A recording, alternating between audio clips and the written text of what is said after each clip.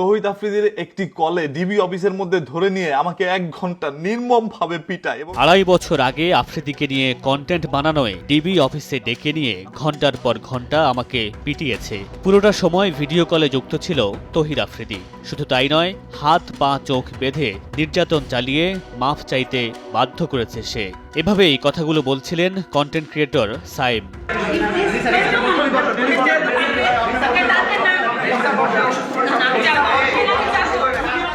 সোমবার রাতে বরিশাল মহানগরের বাংলা বাজার এলাকায় সিআইডির বিশেষ অভিযানে গ্রেফতার হয়েছেন কন্টেন্ট ক্রিয়েটর তৌহিদ আফ্রিদি। গ্রেফতারের পর থেকেই সোশ্যাল মিডিয়ায় সয়লাব আফ্রিদির নানা ভিডিও। সাবেক ডিবি প্রধান হারুনের সঙ্গে তার ব্লগ ছাড়াও ধীরে ধীরে প্রকাশ্যে আসছে নানা অভিযোগ, যা শেয়ার করছেন অনেকেই।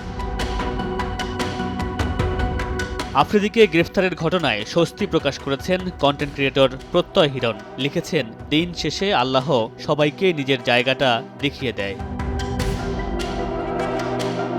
প্রত্যয় হিরণের পোস্ট শেয়ার করে আরেক কন্টেন্ট ক্রিয়েটর স্বপন আহমেদ লিখেছেন, শুধুমাত্র প্রত্যয় হিরণ বা স্বপন আহমেদ না, এরকম 20-30 জন মানুষের সাথে আফ্রিদি এমন করেছে, এমনকি যাদের সাথে এক প্লেটে খাবার খেয়েছে তাদের সাথেও।